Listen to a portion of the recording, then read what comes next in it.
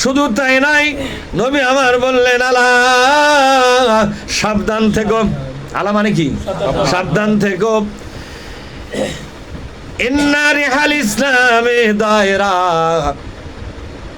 ইন্না রিহাল ইসলামে দায়রা। ইসলামে আন্দোলন কিন্তু সারা দুনিয়ার কোনো না কোনো জায়গায় কিন্তু চালুই থাকবে। সুবহানাল্লাহ পাঠ করেন। ইসলাম আন্দোলনের চাকা, রিহাল ইসলাম মানে ইসলামের চাকা। ইসলামের চাকা কোনটা কোন?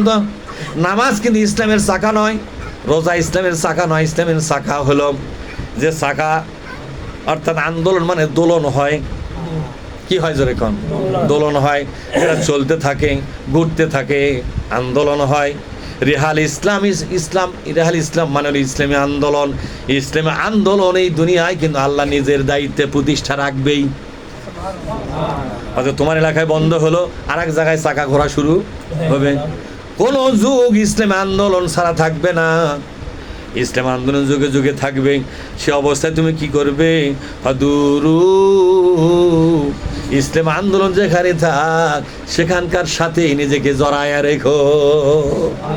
কত বড় কথা শুনে বলছেন, দেখছেন?